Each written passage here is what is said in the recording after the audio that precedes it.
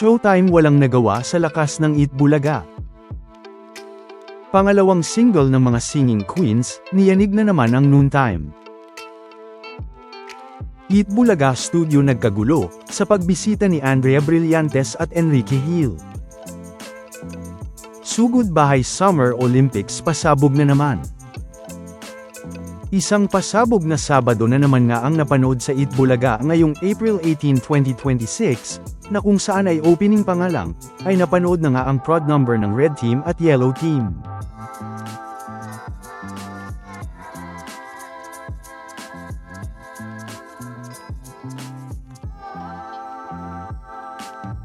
At ganun na rin nga ang showdown ng mga ito.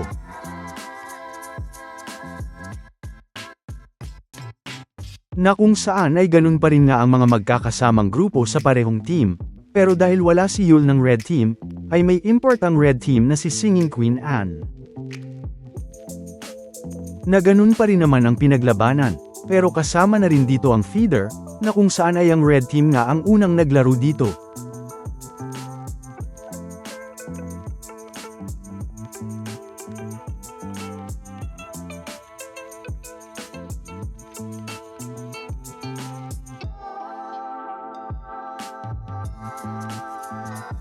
At sumunod naman ang Yellow Team.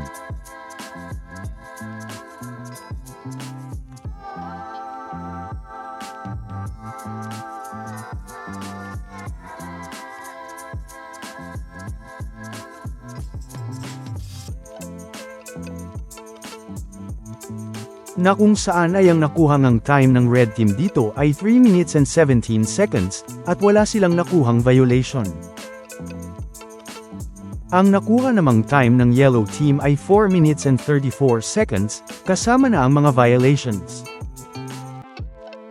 Kaya naman ay ang Red Team ang nanalo ngayong Sabado sa Sugod Bahay Summer Olympics.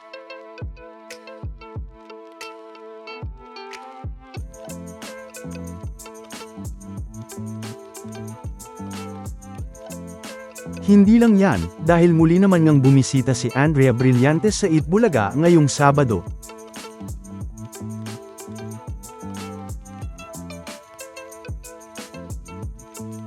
Na game na naman nga ulit na nakipagkulitan sa mga The Bark ads.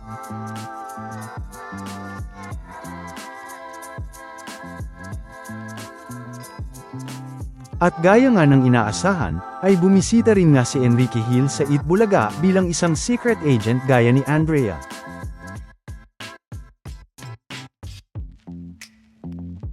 Na kung saan ay binisto pa nga ni Maine si Enrique, kung gaano nga daw ito ka-gentleman noong una niya itong nakilala, na ayon na kay Maine ay 11 years old pa nga lang siya noon, at nagkasabay sila ng kanyang pamilya sa US Embassy, na kung saan ay hinawakan daw ni Enrique Hill ang pinto para kay Maine at sa pamilya nito noon.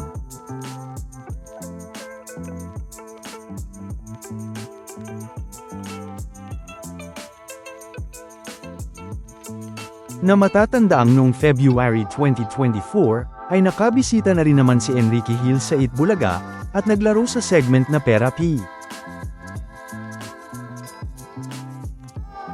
Noong August 2024 naman, noong unang bumisita si Andrea sa Itbulaga at naglaro din naman ito sa segment na Pera P. Na talaga namang nagkagulo at naghiyawan ang mga studio audience, sa ginawang pagbisita ni Andrea at Enrique sa Itbulaga ngayong Sabado, April 18.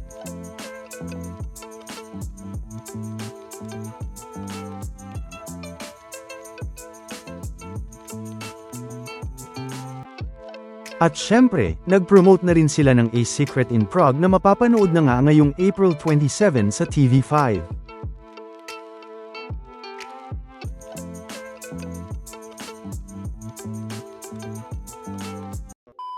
Welcome back mga ka-highlights. Bago tayo magpatuloy ay maaaring mag-subscribe at i-click ang notification bell para updated kayo sa mga susunod pang videos, at paki-like na rin ang video, share at mag-comment na rin. Maraming salamat po. Ngayong Sabado din nga, April 18, 2026, ay napanood na nga ang pangalawang single ng mga singing queens, na gaya ng Oh Baby, ay isang revival song din, pero ngayon naman ay sa VST.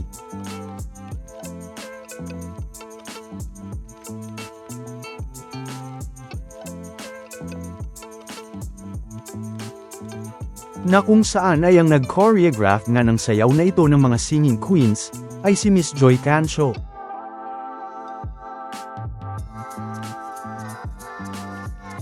Na talaga namang maraming mga natuwang mga legit The Bark ads at mga netizens dito.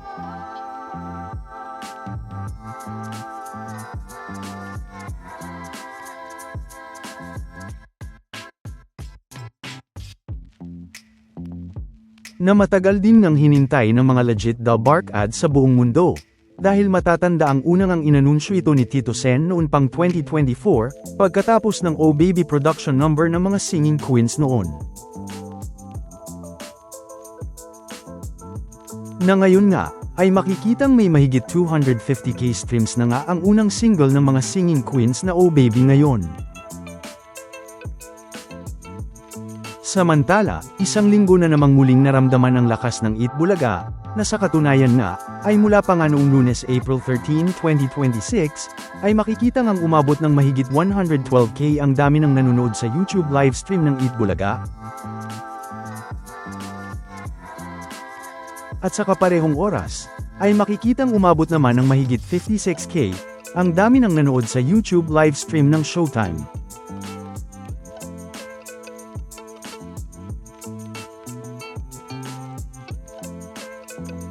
Noong Martes naman April 14, 2026, ay makikita namang umabot ng mahigit 105k ang dami ng nanonood sa YouTube livestream ng Eat Bulaga.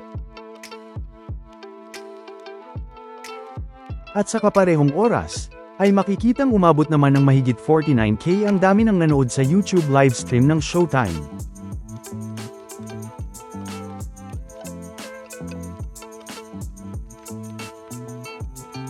Noong Miyerkules naman April 15, 2026, ay makikitang umabot naman ng mahigit 108k ang dami ng nanonood sa YouTube livestream ng Eat Bulaga.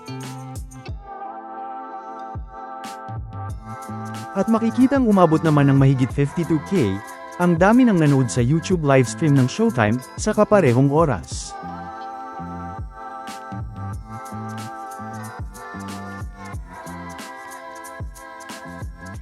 Noong Huwebes naman April 16, 2026, ay makikitang umabot naman ng mahigit 111k ang dami ng nanonood sa YouTube livestream ng Eat Bulaga.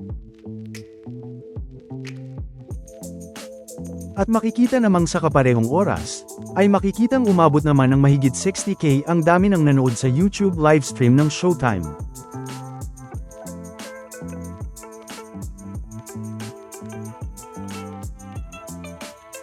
At noong Biyernes naman April 17, 2026, ay makikitang umabot naman ng mahigit 112k ang dami ng nanonood sa YouTube livestream ng Eat Bulaga.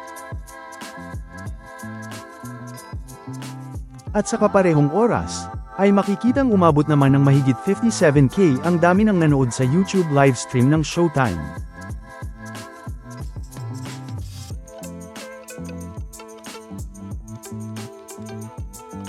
Na makikita ngang kahit mababa, ay mas madami pa rin nga ang mga nanonood sa YouTube livestream ng Eat Bulaga, kung ikukumpara sa YouTube livestream ng Showtime. Hindi nga lang yan, dahil ngayong Sabado naman April 18, 2026, ay hindi pa rin nga kinaya ng kalaban ang lakas ng Eat Bulaga, dahil sa katunayan nga, ay umabot naman nga ng mahigit 126k ang dami ng nanonood sa YouTube livestream ng Eat Bulaga ngayong Sabado. At sa kaparehong oras, ay makikitang may mahigit 109k naman ang dami ng nanood sa YouTube livestream ng Showtime.